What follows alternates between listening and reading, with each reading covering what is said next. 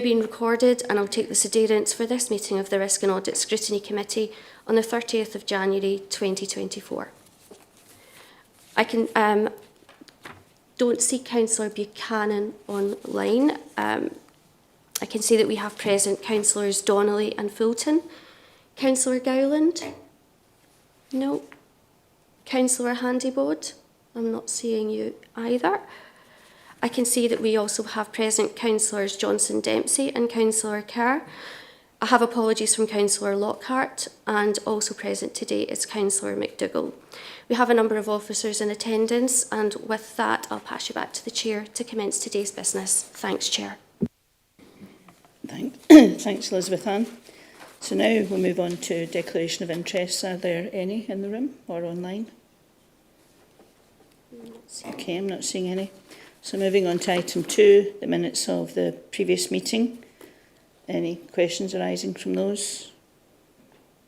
Okay, I'll move them as a correct record and looking for a seconder. Chair, I wasn't at the last meeting, so I think you need to ask Cal or someone who was at the last meeting to agree to second. Thank you. Okay, Cal. Happy to second them, Chair. Thanks, Cal. Okay, so now we move on to the main body of the meeting. So we'll be getting an update on internal audit activity as at the 12th of January 2024 from Yvonne, our Audit and Compliance Manager, who will speak to the report. Pass over to Yvonne, please. Thank you, Chair. Yeah, as you say, this is the internal audit activity. It covers the period 14th of October 23 through to 12th of January 2024. In terms of the audit plan, the performance indicators are attached as an appendix to this report, and from this you'll see that 9% of the audit plan has been completed to draft stage at this point in the year. To give the committee some assurances, there's a further 28 assignments in progress. So in total, there's 97% of the plan is either at draft or in progress stage. The reason for that is essentially because of the work that we've been participating in terms of the implementation of Fusion, which has kind of slowed the progress of the plan. But the assurances that I want to give the committee today is that we do have a plan in place to deliver this work by the end of March 2024 to allow the annual report to be written. Particular focus is noted at 4.2 in the period has been around the National Fraud Initiative, some investigative activities, and also to close down our external client audit plans. We're also noting the significant time commitment around the implementation of Oracle Fusion, and a brief summary of that work is at 4.3 on page 13. As I said, the key performance indicators are attached as appendix for information. Relatively few assignments have been concluded to date, so that's reflected in those statistics. But I'm anticipating being in a position where we will meet our targets, and those will be reported in full in the annual report that will come to the committee in June of this year. That's the main points of the report, Chair, so I'm asking that the committee note progress. Thank you. Thanks, Yvonne. I think my main question was going to be really around how confident you are that you'll complete all the items in time for the deadline, but I think you've already answered that, but I don't know if you want to add anything else.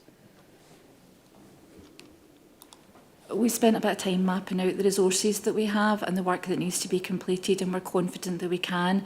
It may result in some alterations to scope of some of the work to reflect the time that we have available, but our intention is to deliver on the assignments within the plan and to report those to the Audit Committee during June when we bring the annual report to them.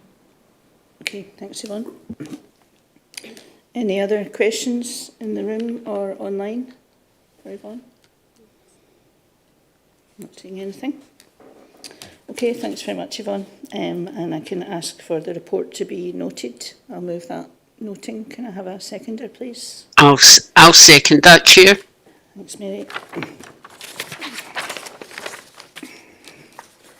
Okay, moving on to another one of our regular reports. Fraud Statistics 6-monthly update 23-24. And again, I'll pass. pass back to Yvonne to speak to this report, please. Thank you, Chair.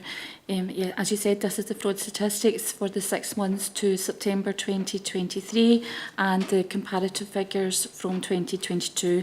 The background of the report just sets out how these figures are collated and gives you some assurance around the comparability of the figures that are set out within the tables in section 4 of the report, which starts on page 18.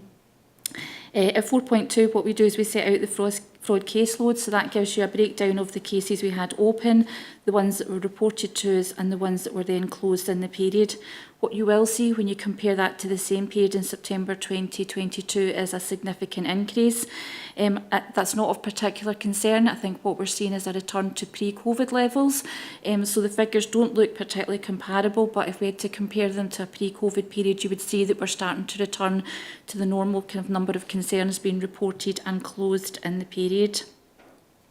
Not included in those figures are the DWP referrals, and that was agreed with the committee at a previous meeting, that what we do is we would exclude those figures, but we would give you that information, and that's what's set out at 4.5. So we're noting there that we got 5 further referrals from DWP, and we're noting that they closed 6 with no outcome because of time delays, and a further 3 they closed on the basis that no fraud had been proven. If you take the statistics in table 1 and you look at the line for cases closed in the period, you'll see that was 47 with a value of 33,000. If you drop then to table 2, which is at the bottom of page 18, you get a breakdown of those 47 cases, and you'll see of the 47 we're noting that 11 were founded. The majority of those related to external cases, 1 related to a South Lanarkshire Council employee, and I can confirm that appropriate disciplinary action was taken in respect of that case. The report then goes on to give a brief update in relation to other fraud-related assignments. So work on NFI, which is progressing and will conclude by the end of the financial year, routine anti-fraud checks, and also the fraud work that we do around disseminating fraud alerts in the year as they come to us, so that we can share information with our colleagues for them to take appropriate action. Across all of our fraud work, we're making good progress, and again that will be captured in the annual report, which will come to the committee in June of this year. Now, that's the main points within this report, so I'm just asking the committee note the contents. Thank you, Chair. Thanks very much. Does anyone have any questions for Yvonne on that report? Councillor Johnson, Deputy. Councillor Johnson, Deputy. Thanks. I may not be reading this correctly, but at 4.5, it says that in the 6 months to 30 September 23, there were 5 further referrals from DWP. In the same period, DWP closed 6 referral cases with no outcome because of time delays, and 3 because there was no fraud that had been found, they'd been proven. Does that mean that none were closed because fraud was proven? Yeah, what that paragraph is not capturing the fact is there was an open balance of DWP referrals, so that's how those figures don't seem to make sense, in the fact that there were 5 and we closed 9. We had an opening balance of DWP referrals that were open at the start of the period. But you're right in what you're saying in terms of the cases that the DWP closed. They said that there was no fraud had been proven. That's quite common in cases. Sometimes it can be closed with no fraud proven, but there's still an overpayment that has arisen, and that would come back to the council to recover. So that may well be the outcome in relation to those cases.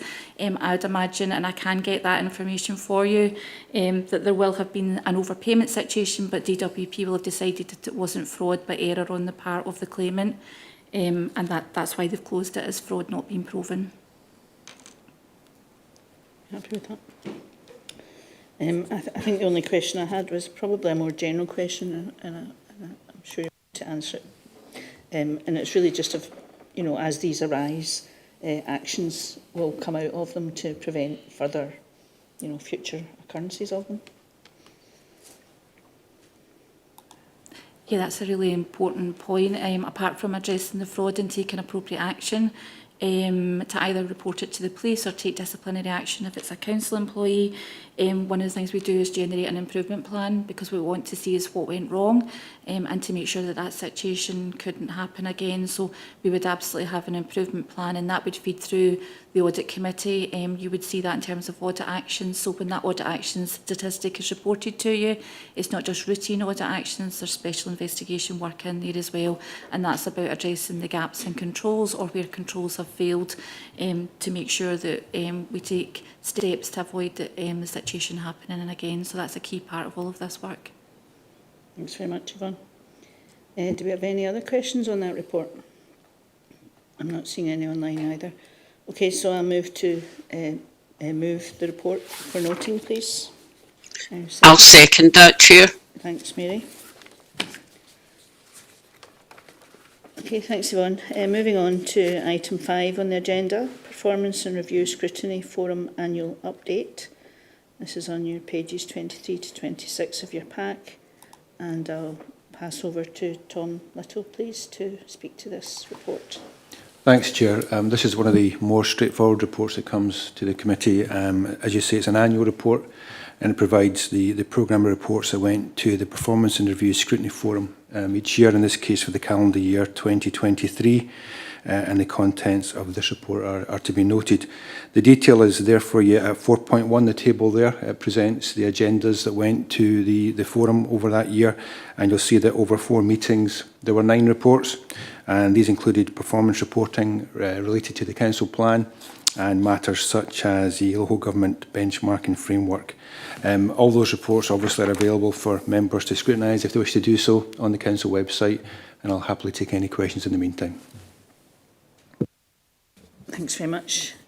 Are there any questions for Tom in that report, in the room or online? I'm not seeing any. Thanks for the update, Tom. So in that case, I'll move that report for noting, please. I'm looking for a seconder. I'll second that, Chair. Thanks, Mary. Okay, moving on to item 6, which is our forward programme for future meetings, and I'll pass over to Elizabeth Ann to speak to that, please. Elizabeth Ann. Thank you, Chair. This report is a standard agenda item at the Risk and Audit Scrutiny Committee, and the background is set out at paragraph 3.1 of your report on page 27 of the pack.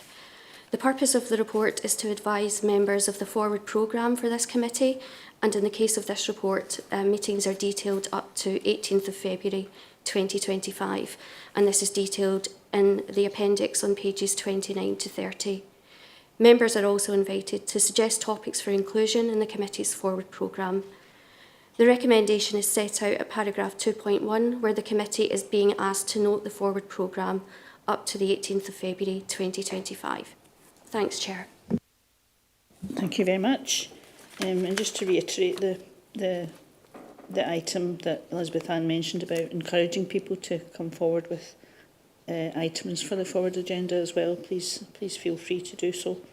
Again, any questions for Elizabeth Ann on the forward programme? Okay, so thank you very much. So I'd ask that the report be noted and look for a seconder. I'll second that, Chair. Thanks, Mary. Regarding urgent business, I don't have any urgent business, and none been made asked of me. So I think at that we can conclude the meeting. Nice short meeting this morning, and thanks for all the work that's gone in, as always, to these reports and for those attending today. Thank you very much. Have a good day. Thank you.